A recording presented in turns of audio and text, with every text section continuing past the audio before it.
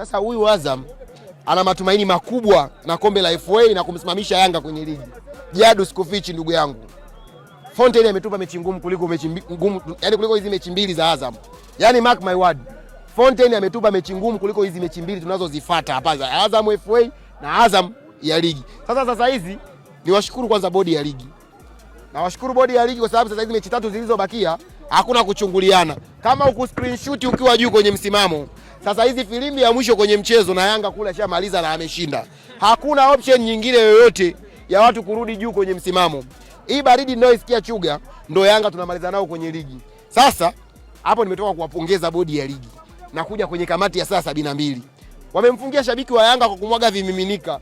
Wasiishie kusema tu wamemfungia shabiki wa Yanga kwa kumwaga vimiminika, sio vinavyoashiria imani ya kishirikina. Tuwaambie shabiki wa Yanga amekuja amemwaga kisusio, shabiki wa Yanga amekuja amemwaga potassium chloride, shabiki wa Yanga amemwaga dawa inayoathiri kitu fulani. Sasa shabiki anaweza akamwaga tu maji uwanjani ajisikii kunywa aliyokuwa ameyabeba akamwaga, unamfungia shabiki miezi 12. Mimi siwatishi. Anayeruhusiwa kuingia kwenye pichi ni nani? Wao walimuonaje? Ushahidi wa video uko wapi? Ndio nyinyi sasa waandishi wa habari muende kwenye field.